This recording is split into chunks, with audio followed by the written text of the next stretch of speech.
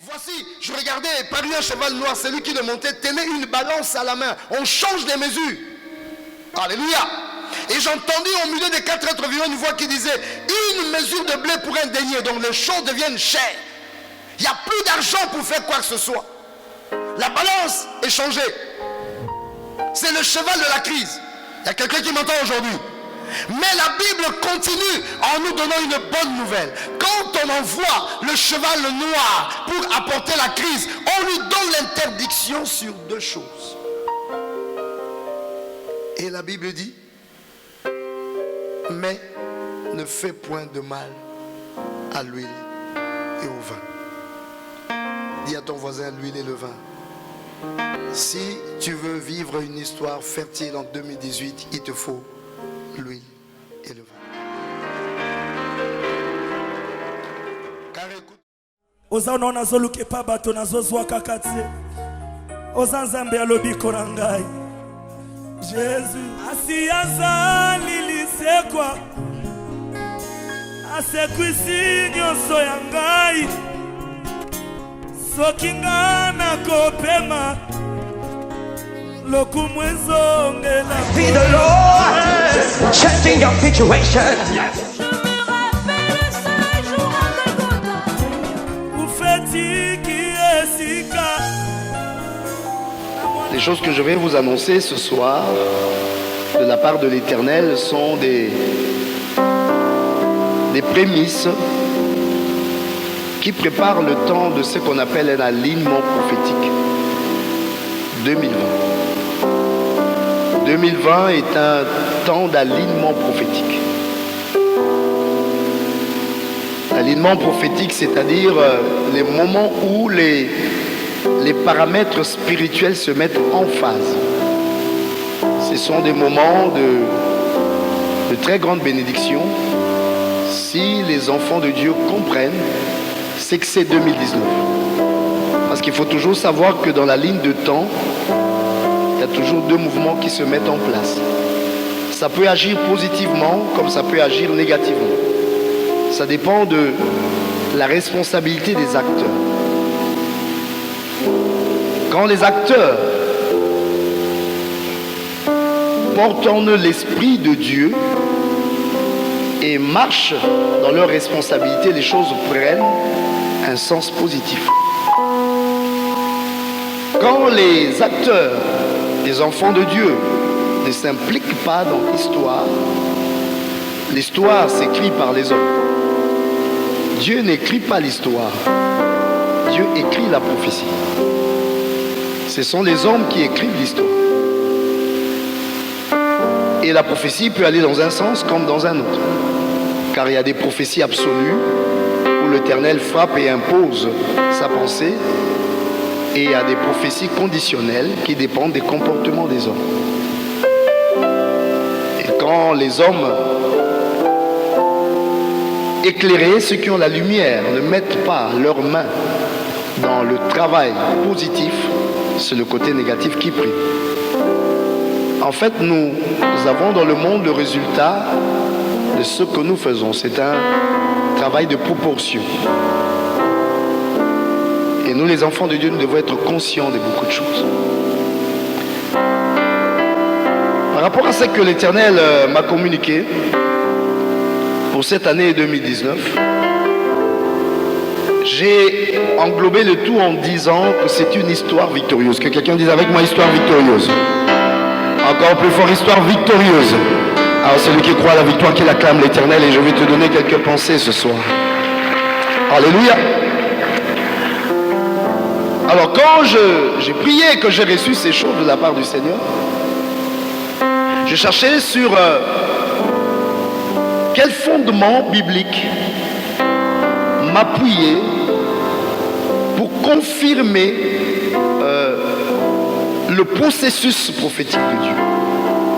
Et Dieu m'a conduit dans un texte qui m'avait un peu étonné, mais après, avec la lumière de son esprit, je saisis pourquoi il m'a amené là-bas. Et c'est Actes des Apôtres, chapitre 6. Je vais lire ce texte.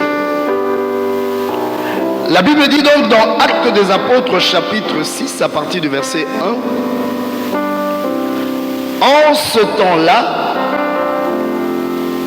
le nombre de disciples augmentant, les hellénistes murmurèrent contre les Hébreux parce que leurs veuves étaient négligées dans la distribution qui se faisait chaque jour.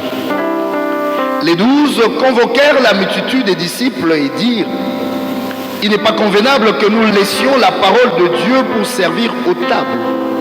C'est pourquoi, frères, choisissez parmi vous 7 hommes de qui l'on rende un bon témoignage, qui soit plein d'esprit et de sagesse, et que nous chargerons de cet emploi.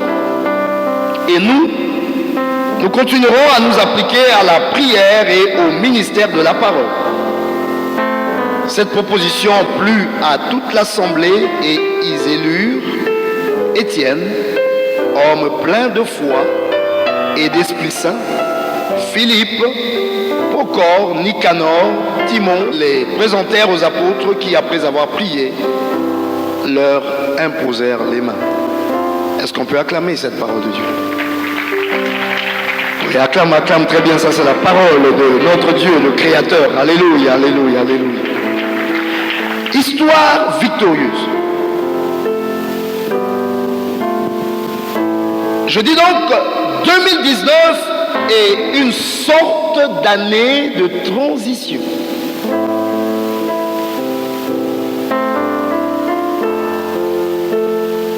Et il est toujours important avec Dieu de connaître le temps. Car ce que nous faisons doit trouver son sens et doit être basé par rapport au temps. Il y a des choses qu'on fait en un temps et qu'on ne fait pas en un autre temps. Laissez-moi vous rappeler que Jésus-Christ a été crucifié par ceux-là même qui devaient le recevoir.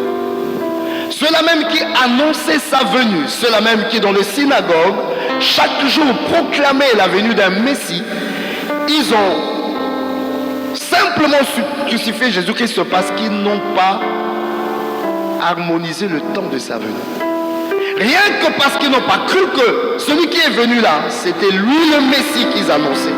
Parce qu'ils n'avaient pas compris que c'était le temps et qu'ils attendent encore que le Messie vienne. Ils ont traité celui qui était venu d'imposteur et ils l'ont amené à la mort. La mauvaise lecture du temps peut amener à des comportements contraires. Il y a des choses du jour, il y a des choses de la nuit. La sagesse, le sage Salomon disait, il y a un temps pour tout. Quelqu'un dit Amen. Il y a un temps pour tout. La plus grosse maladie d'un enfant de Dieu, c'est de marcher à contre-temps. Pas le temps du monde, mais le temps prophétique de Dieu.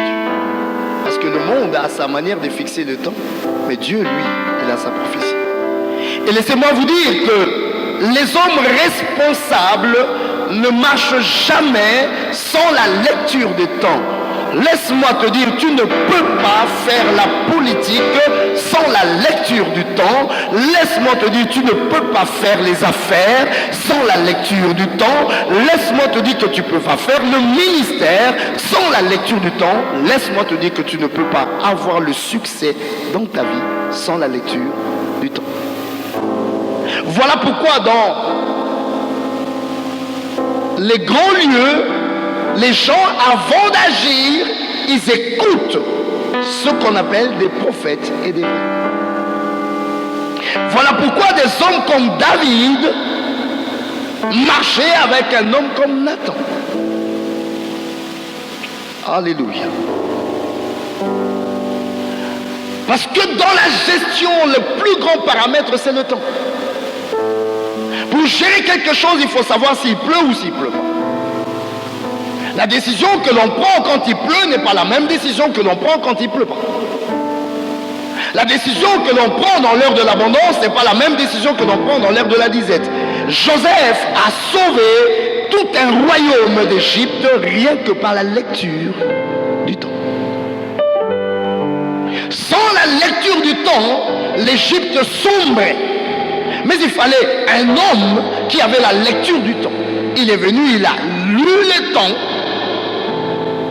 Et c'est la lecture du temps qui a fixé le comportement par rapport au temps. Et c'est ça qui a sauvé l'Égypte. Alléluia. C'est pourquoi Dieu se donnait le devoir de parler. Sinon Dieu ne trouverait pas l'importance de parler. Mais Dieu parle. Sauf que nous ne voulons pas l'entendre parler, nous ne voulons pas le pousser parler. Et même quand il parle, nous faisons semblant de ne pas avoir écouté ce qu'il a dit. Car il dit dans sa parole, il parle tantôt d'une manière, tantôt d'une autre. Sauf que nous ne prenons point garde. Alléluia.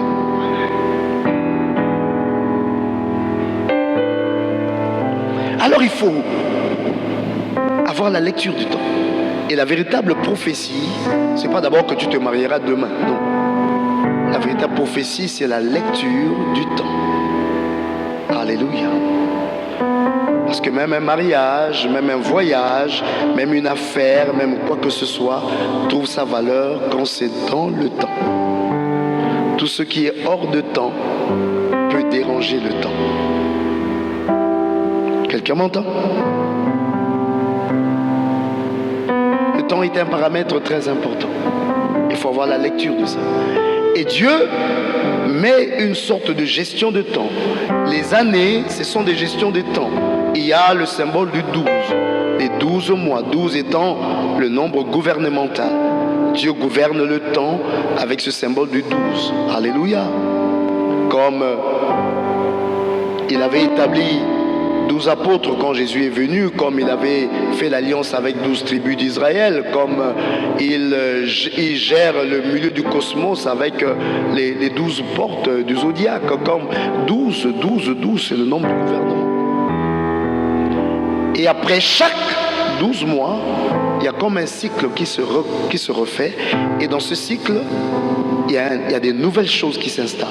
Donc ça tourne, mais quand ça retourne, c'est avec des nouvelles choses. Le nouveau tour est toujours avec une nouvelle dispensation. La dédicace, c'est ce moment où on confie à Dieu tout ce qui est nouveau. Et parmi les choses nouvelles, il y a le temps. Il y a les temps nouveaux. Il y a une nouvelle année.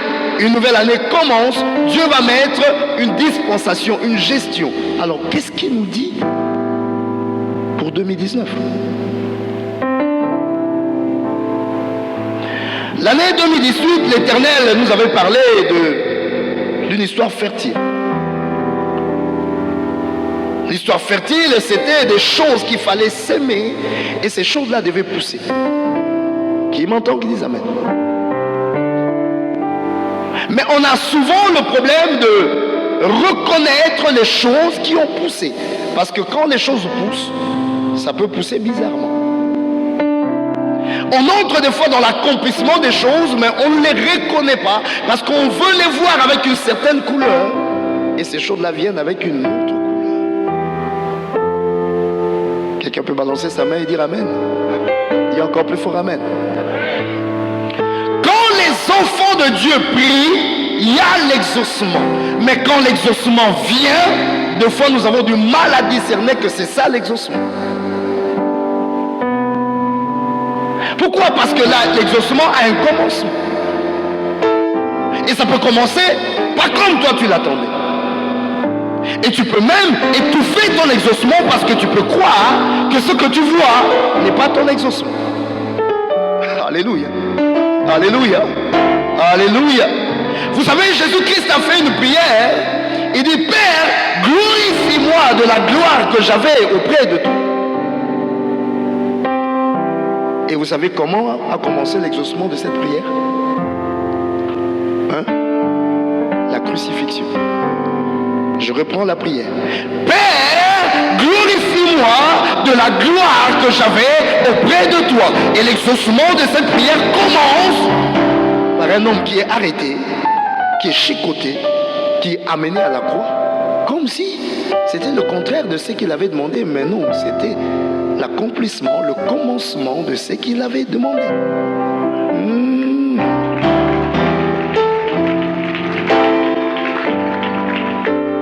Alléluia. Alors les apôtres, Ils avaient sémé des prières. L'église primitive avait sémé des prières. Quelle était la prière des apôtres? La prière des apôtres était de gagner les âmes, parce qu'ils avaient reçu cette mission. Allez, faites de toutes les nations les disciples. Et ils sont partis. Ils étaient accompagnés par le Saint-Esprit. Des miracles les accompagnaient. Et la Bible dit, chaque jour, l'Éternel ajoutait de nouvelles personnes. Qu'est-ce qui s'est passé? Il y a eu la croissance. Quelqu'un entend? Mais la croissance n'était pas la joie dans l'église primitive. Pourquoi? Parce que la croissance a créé un problème. C'est à se dire, pourquoi nous ne sommes pas restés ce nombre minime que nous avions au lieu de devenir nombreux, et maintenant ça devient un problème. Alléluia. Et c'est pourquoi ce texte commence en disant, en ce temps-là, le nombre de disciples augmentant. Et cette augmentation a créé des problèmes. C'était une prière exaucée, mais cet exaucement est venu avec des problèmes. Les hellénistes murmurèrent contre les Hébreux parce que leurs veuves étaient négligées dans la distribution qui se faisait chaque jour. La croissance a amené un problème. Il nous arrive dans des moments de vie de nous demander pourquoi je me suis engagé dans quelque chose, pourquoi j'ai commencé quelque chose. J'aurais dû rester dans ma petite situation. Alléluia. J'étais beaucoup plus calme. Quelqu'un me suit aujourd'hui? Est-ce qu'il y a quelqu'un qui dit amen aujourd'hui? Dis encore plus fort amen. Laisse-moi te dire, quand les choses apparaissent et peuvent causer des perturbations, des déséquilibres. Quand les choses apparaissent, ces choses peuvent causer des perturbations des anciens équilibres. Et c'est cette perturbation des anciens équilibres qui semble nous faire croire que quelque chose est gaspillé, alors que c'est le commencement de quelque chose de bon. Je vais entendre quelqu'un acclamer l'Éternel. Acclame l'Éternel, acclame l'Éternel, acclame l'Éternel. Ah oui, les enfants d'Israël priaient, Dieu délivre-nous, Dieu délivre-nous. Un jour Dieu est descendu, il a croisé Moïse et Dieu a dit, j'ai entendu le cri de mon peuple. Mais quand il sort les enfants d'Israël de l'Égypte, les enfants d'Israël regrettent.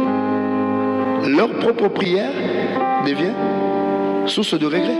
Nous étions mieux à manger les concombres et les os en Égypte que de nous mener dans ce désert pour mourir. Mais pourtant, c'était bien l'exaucement de leur prière. Mais qu'est-ce qui s'était passé? Les équilibres avaient changé. J'ai dit, les équilibres avaient changé. Israël n'était plus à table où on le servait les concombres. Il était maintenant dans un désert où il ne sait pas d'où viendra la nourriture. Cette situation l'agite.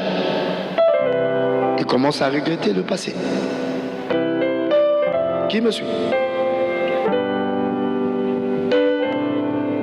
Mais Dieu avait donné quelque chose à Moïse qui s'appelle le bâton du pouvoir, le bâton de la puissance.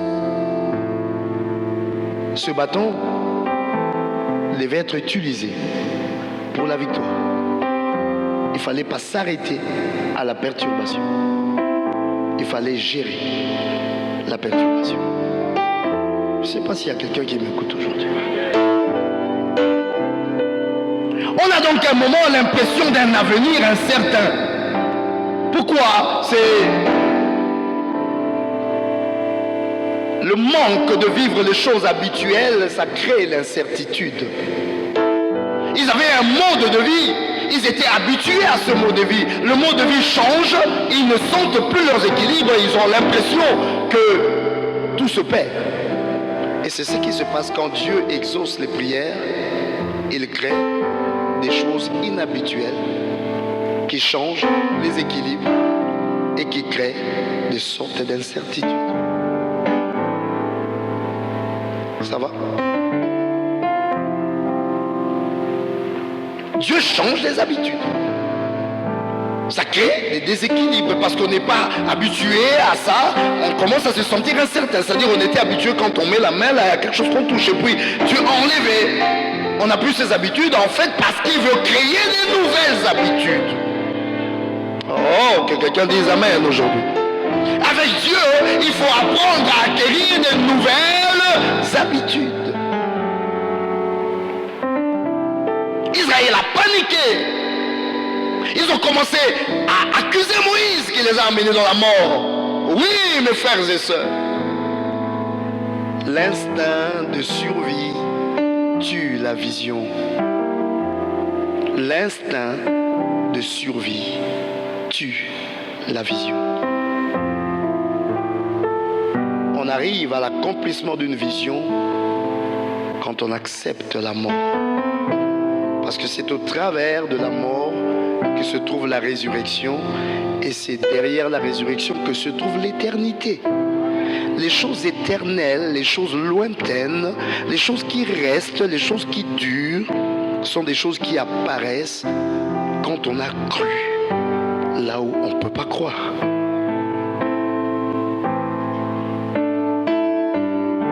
Je demande à quelqu'un cette année 2019 de croire là où il ne peut plus croire. Mais parce que Dieu est responsable de ta vie, il ne t'amène jamais dans une situation pour t'étouffer, pour t'engloutir, mais il t'amène dans une situation pour que tu passes et que tu vois la gloire qui était cachée derrière. Il n'y a que des violents qui s'en emparent. Acclame très fort l'Éternel, si Dieu m'entend aujourd'hui. Des plus grandes acclamations, des plus grandes acclamations, des plus grandes acclamations. Alléluia. Alléluia. Alors nous sommes à l'entrée de jeu dans une année de déséquilibre. 19 est un nombre bizarre qu'on n'arrive pas à classer exactement où. On ne sait pas quoi multiplier pour arriver à ça. Donc 19, c'est de l'incertitude. On ne sait pas comment arriver à ça. Mais ce que je veux te dire, je t'ai expliqué dans mon premier point que l'exaucement peut amener des déséquilibres, mais deuxième point, note-le très bien que le déséquilibre est un appel à l'organisation. Le déséquilibre est un appel à l'organisation. Quand les choses se déséquilibrent, c'est que Dieu veut accomplir une nouvelle organisation. Alléluia. Et voilà pourquoi les 12 qui ayant prié le Seigneur pour voir la croissance se manifester, la croissance a créé des problèmes. Il y avait la bagarre maintenant entre les veuves des Grecs et les veuves des Hébreux. Il y avait la bagarre dans la distribution de nourriture. Qui m'entend, qui les amène aujourd'hui? Oh, je vais entendre un grand amen. Quelqu'un peut acclamer le Seigneur. Mets un peu de la chaleur au milieu de cette assemblée. Acclame et pousse le cri de joie si tu le peux. Alléluia. Alléluia. Mais la Bible dit, les 12 convoquèrent la multitude des disciples. Ils ont convoqué la multitude. Pourquoi? Mais pour entrer dans l'organisation. Et pour entrer dans ça, la première chose, ils devaient reconnaître ce qui a mis le temps en déséquilibre. Qu'est-ce qui met le temps en déséquilibre? Il y a quelque chose qui a changé dans le temps. Qu'est-ce qui a changé? Hier, nous étions peu nombreux. On pouvait gérer cette affaire seul. Aujourd'hui, nous sommes plus nombreux. On ne peut plus gérer cette affaire seul. Le temps a créé un déséquilibre. Pour que nous ne soyons pas noyés dans cette affaire et que tout le monde se batte jusqu'à se tuer, nous devons pas pleurer, mais organiser. Oui. Je veux que quelqu'un acclame très bien. Alors c'est là tout le mystère du 19 où pour résoudre le déséquilibre, il fallait organiser en ajoutant aux 12, 7. Et faire 12 plus 7 égale 19. Alléluia. Alléluia. On a ajouté aux 12 apôtres 7 diacres. Et il y avait 19, le nombre 19 apparaît dans sa révélation à cet endroit-là. Il y a quelqu'un qui est là avec moi. Oh, dis très fort Amen aujourd'hui. Dis encore Amen. La victoire, l'équilibre dans l'apparition des choses divines, l'équilibre dans l'apparition des choses divines est dans le 19. Quand les choses divines viennent, quand les exaucements de prière viennent, ça vient de manière bizarre, ça déséquilibre les choses, les gens entrent dans l'incertitude, mais il faut l'organisation qui est dans la perfection du 7, qui amène le 12 gouvernemental à l'organisation du 7, qui l'amène à gérer la chose avec le 19. Et on entre dans ce qu'on appelle une histoire victorieuse. Quelqu'un réclame très fort l'Éternel aujourd'hui. Alléluia. Parce que quand le 19 arrive, les vieilles attentes prennent place. Je suis venu t'annoncer qu'il y a des choses que tu attendais depuis longtemps. Il y a des choses, des combats que tu as livrés pendant longtemps. L'Éternel annonce un temps où tu vas entrer dans tes victoires. Pas parce que tu vas forcer quoi que ce soit, mais parce que l'Éternel donne un temps où les choses entrent dans la sphère de leur réalisation. Qui m'entend, qui dit Amen aujourd'hui? Les vieilles attentes deviennent réalité. Alléluia. Alléluia. Les disciples avaient le rêve de cette église organisée, grande, assise. Ils ont eu l'église grande, mais une église troublée. L'organisation, le 7 sur le 12, les a amenés à avoir une église où les choses se faisaient de manière fluide. Alléluia. Et Dieu commençait à faire des choses extraordinaires au milieu d'eux. Qui m'entend aujourd'hui? Cette année, mon frère, ma soeur, les choses que tu attends depuis longtemps vont prendre place. Ces choses-là ont commencé, mais ces choses-là, tu n'arrives pas à les discerner parce que c'est venu avec une image bizarre. La gloire de Jésus est venue en forme de crucifixion, mais la crucifixion cachait la mort et la mort cachait la résurrection, et c'est la résurrection qui a mené l'ascension. Ce que tu es en train de voir autour de toi, c'est un commencement de l'exaucement de tes vieilles prières. Acclame très bien si tu crois que c'est ça. Alléluia, alléluia. L'exaucement de tes vieilles prières, alléluia. Les vieux combats d'autrefois seront manifestés cette année en victoire. Alléluia. Parce que ces choses-là attendaient le temps de la maturation. Et je dis, le temps de la maturation nous a perturbés. Pourquoi? Les équilibres ont changé. Et les changements des équilibres nous invitent à organiser. Et quand tu organises, alors tu fais un pas de plus vers la perfection, le sommet de la gloire. Qui croit que c'est sa prophétie qu'il acclame très fort l'Éternel aujourd'hui? Alléluia. N'aie pas peur, car c'est Dieu qui est en train d'imposer sa loi. Dieu impose sa loi parce que le peuple a levé les mains pour dire que ta volonté soit faite sur la terre comme au ciel. Et quand il descend, c'est lui qui croise Moïse, c'est lui qui donne le bâton à Moïse. Moïse va croiser Pharaon, et quand il croise Pharaon, les charges des enfants d'Israël sont multipliées, la douleur est multipliée. Quel genre d'exaucement?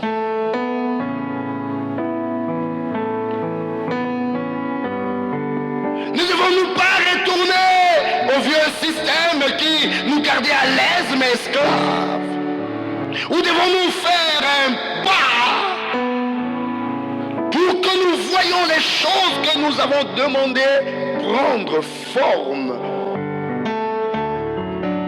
Oh!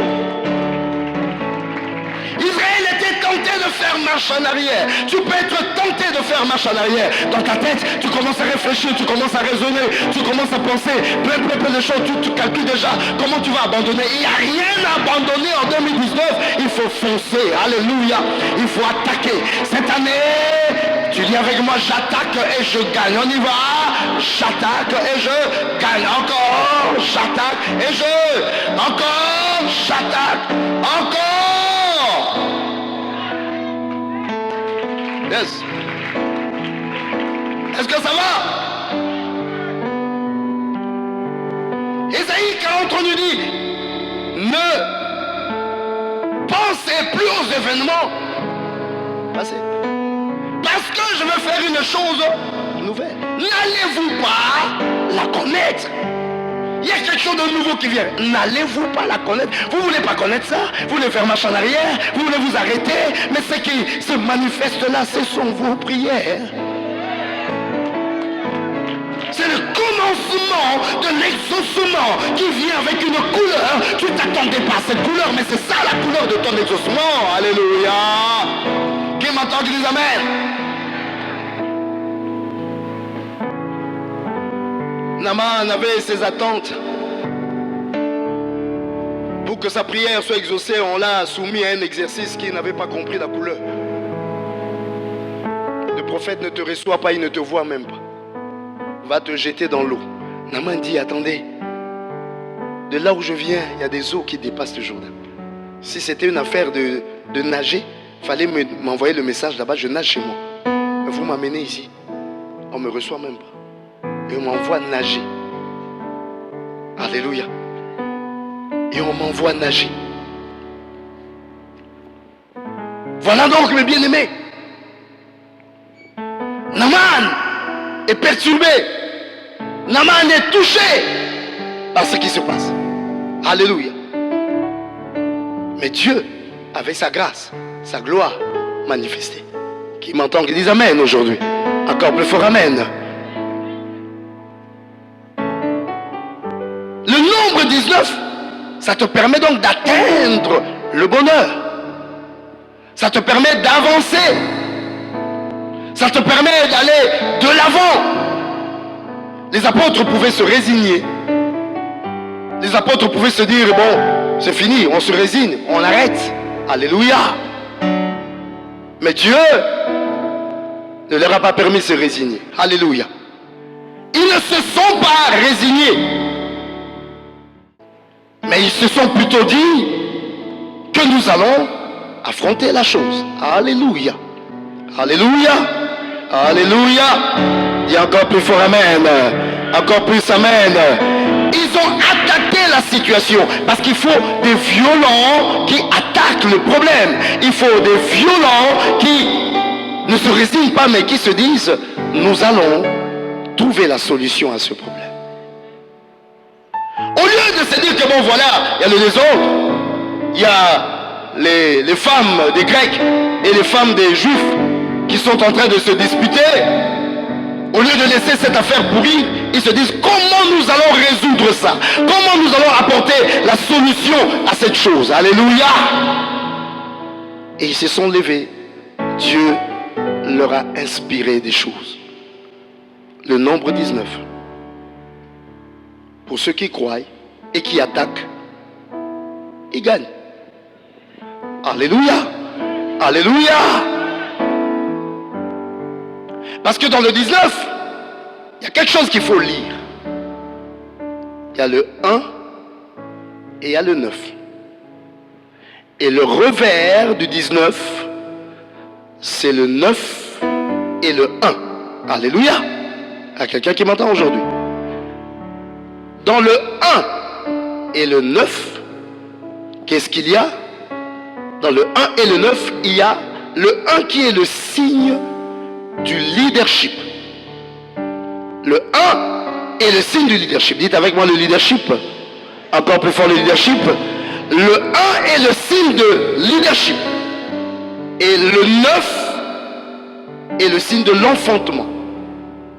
Quand on a le 1 et on a le 9, c'est un leader qui est conduit à enfanter. Alléluia. Acclame très fort l'Éternel si tu m'entends aujourd'hui.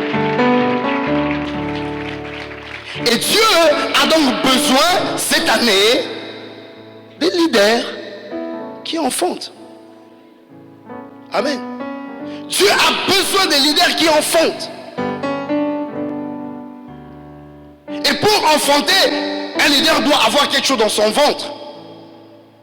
C'est quoi? La vision. Un leader qui n'a pas de vision n'enfante pas. Tu es là avec moi?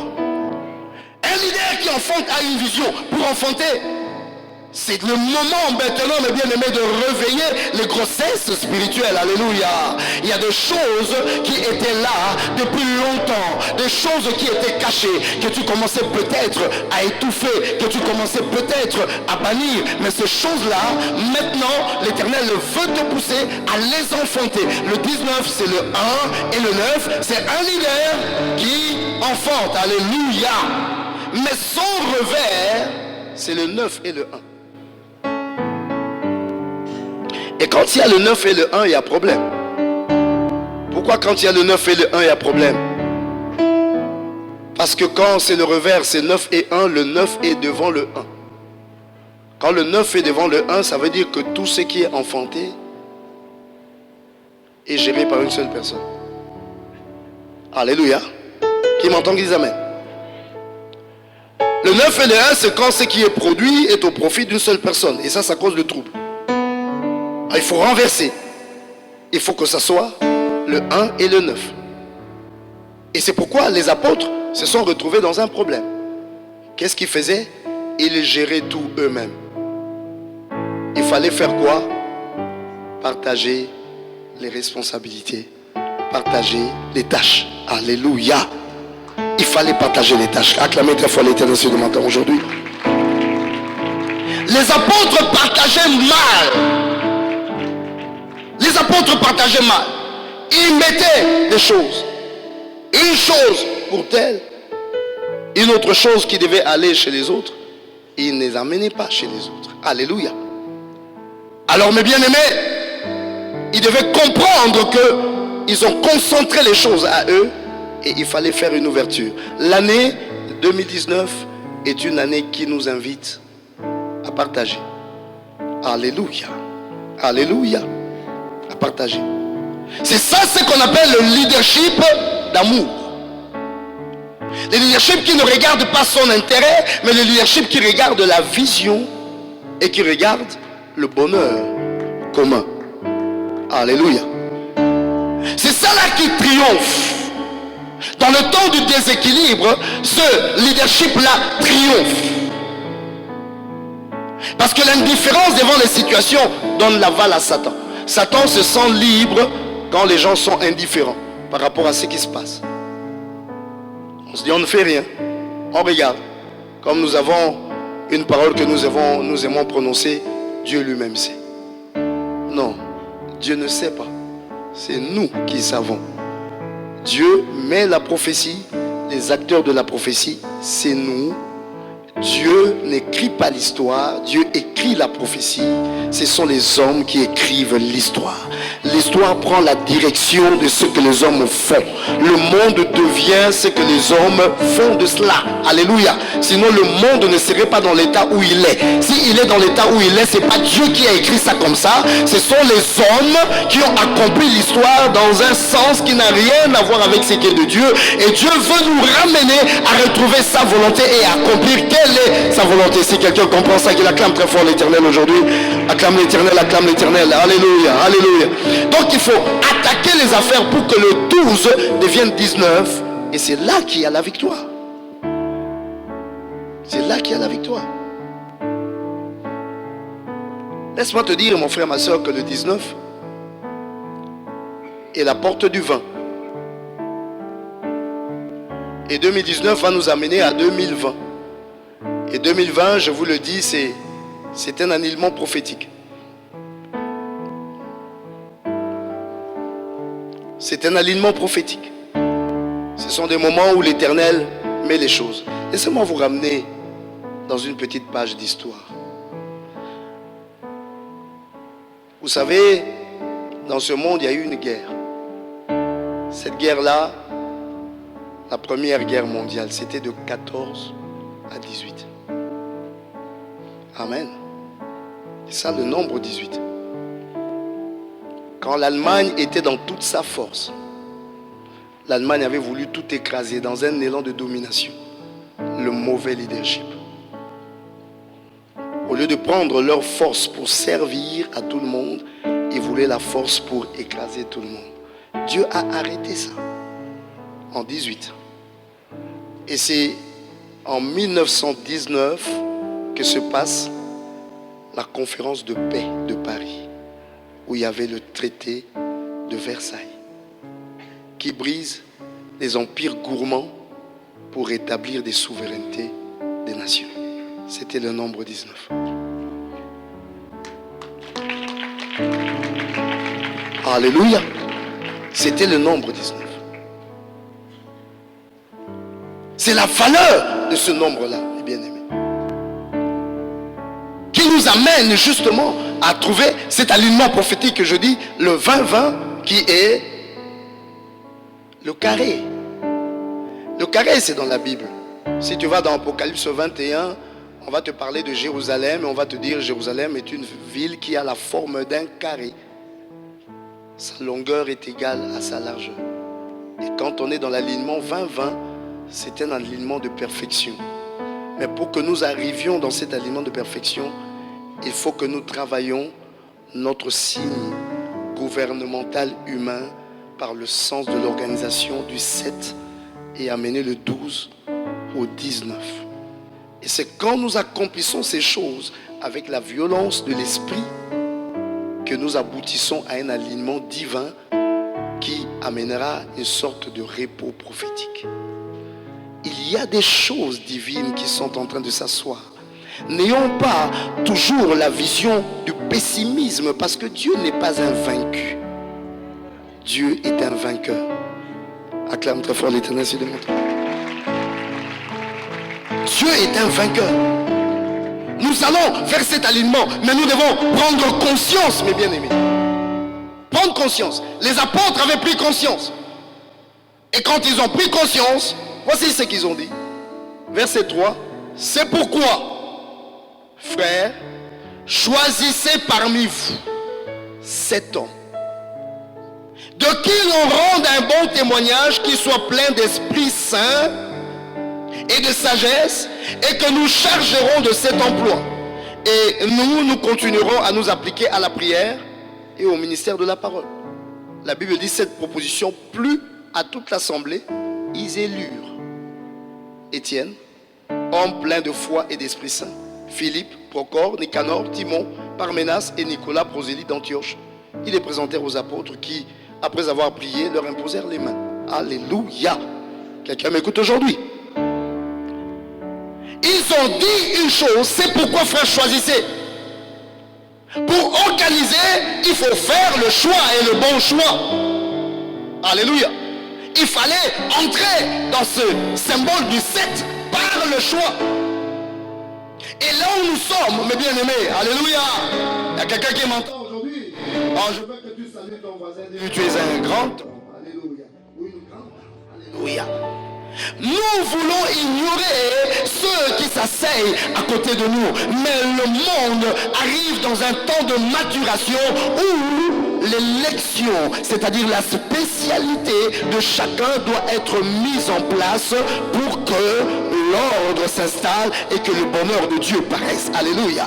Où est le secret de cette organisation? C'est celui qui est assis à côté de toi. Le jour où tu comprendras à reconnaître l'élection de celui qui est assis à côté de toi, le jour où tu comprendras, tu commenceras à reconnaître ses talents, ses dons, ses grâces, et que tu les mettras dans la participation pour un leadership qui utilise les autres, qui enfantent. Le bonheur se manifestera dans un alignement 20-20.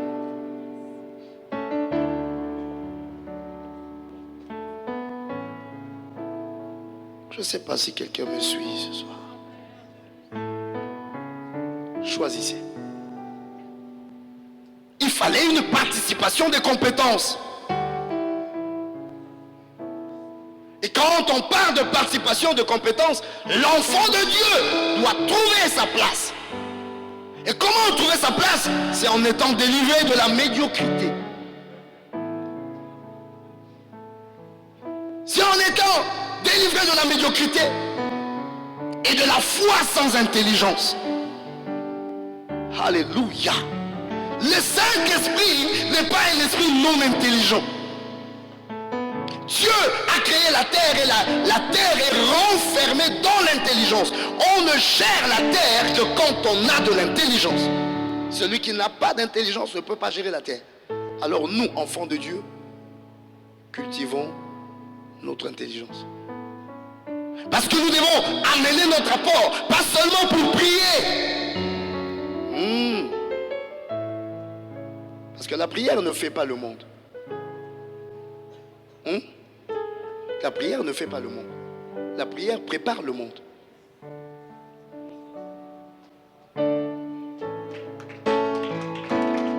La prière prépare.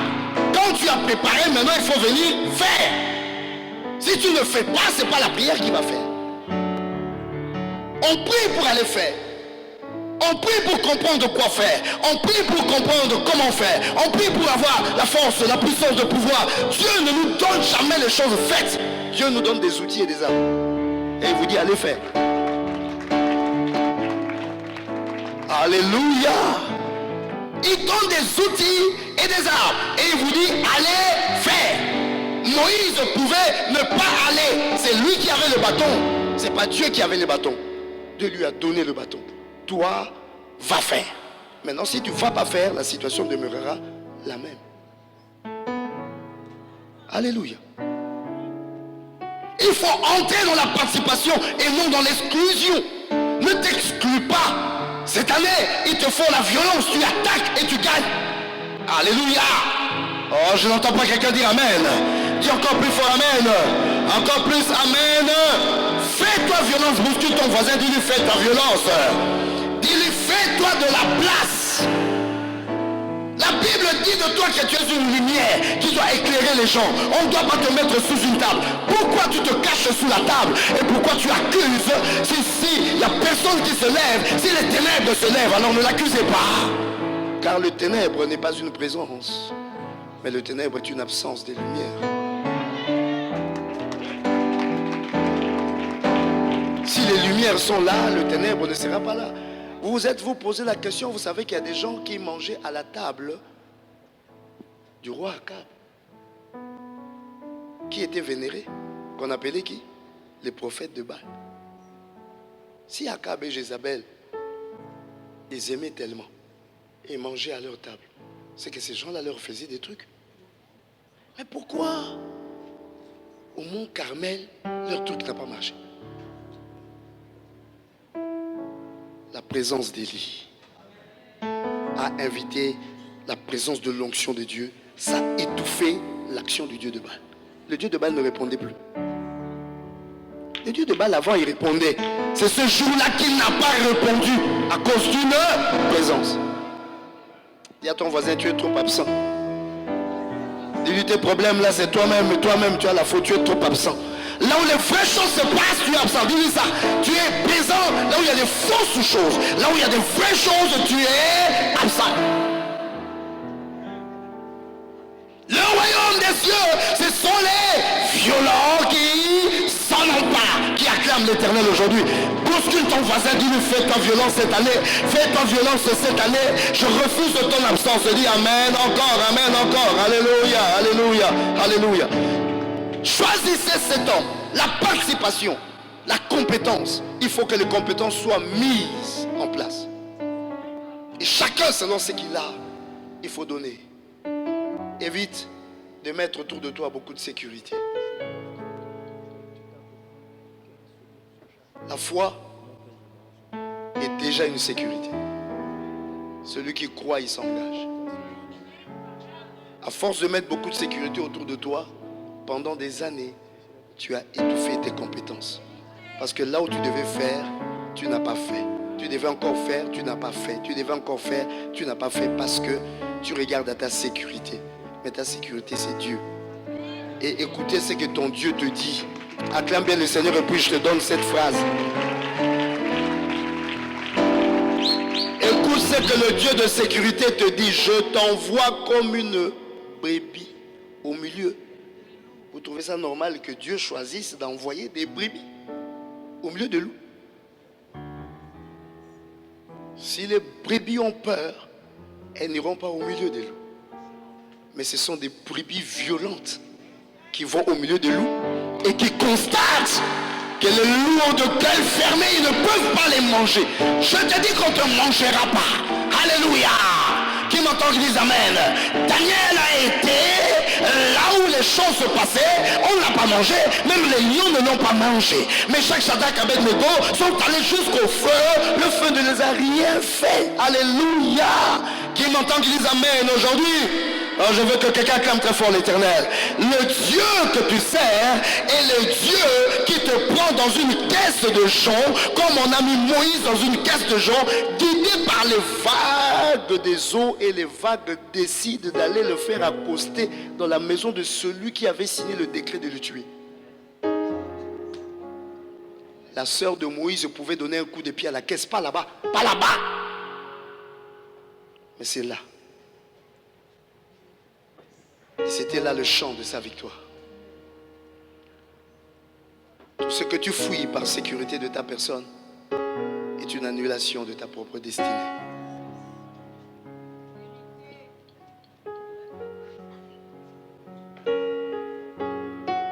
Dieu a tout décidé pour toi. Va et laisse Dieu faire pour toi. Quelqu'un peut acclamer? Je veux commencer à clôturer. Choisissez. Dis à ton voisin, je te choisis. Alléluia. Qui m'entend, qui dit Amen. Oh oui, pour monter sur le cheval royal, il fallait d'abord que Mardochée se retrouve, ne fût-ce que gardien dans la cour royale. On n'a pas fait monter sur un cheval un étranger à la cour. C'était un gardien de la cour. Il était présent dans la cour. Ouais. Alors on a dit choisis les hommes pleins d'esprit. Ce temps est un temps des élus. Parce que chacun a son cachet. Chacun a quelque chose qu'il fait.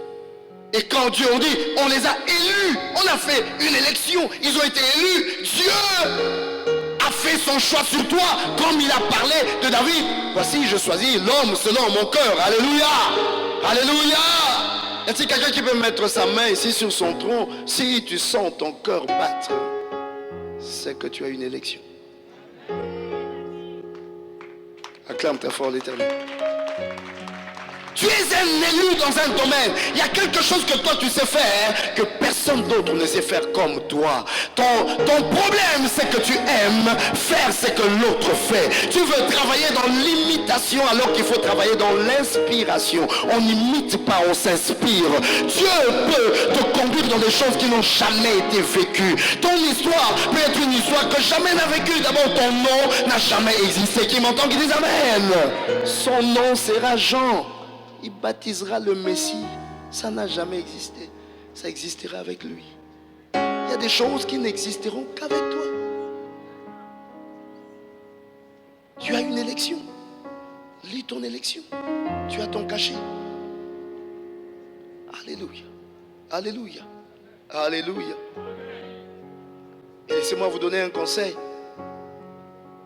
On a dit choisissez les hommes pleins d'esprit parce que quand on entre dans une organisation pour amener les choses vers le bonheur, il ne faut pas utiliser ce qui existe. Il faut chercher ce qu'il faut. Des fois, ce qu'il faut n'est pas dans ce qui existe. Hein? Ce qu'il fallait pour Adam n'était pas dans ce qui existait.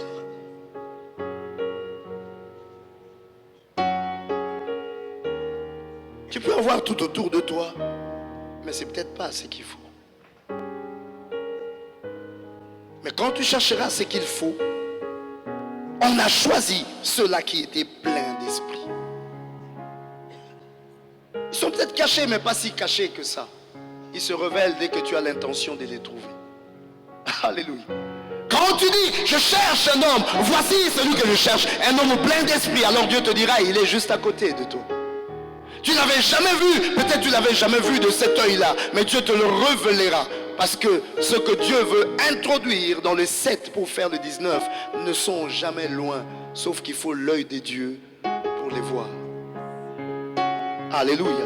Ils étaient là, mais les disciples ne les voyaient pas. Les disciples ne savaient pas que la solution pour partager le pain sans qu'il y ait le trouble était là avec eux. Mais il a fallu qu'ils aient l'intention d'organiser et le peuple a dit, voici, celui-là, il est plein d'esprit.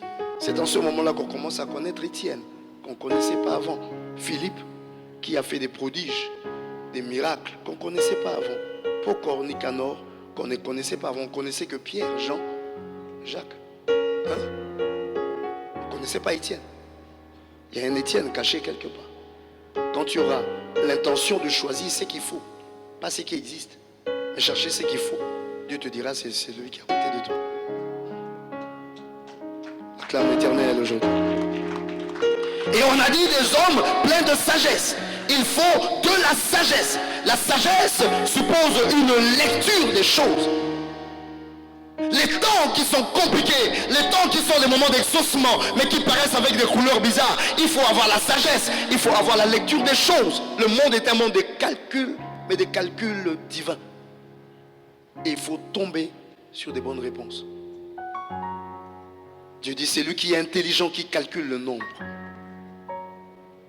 Et pour faire des bons calculs, il faut apprendre à lire les événements. Il faut apprendre à les comprendre. Il faut apprendre à les agencer. Pourquoi y a tel événement à tel endroit? Pourquoi y a tel événement à tel endroit? La composition de ces événements donne quoi? Et la lecture de l'histoire actuelle. Vous allez comprendre les enjeux. Alléluia. Alléluia. Et quand vous prierez à l'Éternel, vous recevrez de la sagesse. La sagesse qui vous permettra de faire votre action selon la puissance de Dieu. Et je vais terminer. Alors, ces gens, ils ont dit, nous allons les charger de quelque chose. C'était le travail. Il faut travailler. Le monde de la victoire n'est pas un monde de la paresse. J'aime dire que la patience n'est pas passive. La patience est active. On patiente en produisant ce qu'on attend. On ne patiente pas en attendant assis.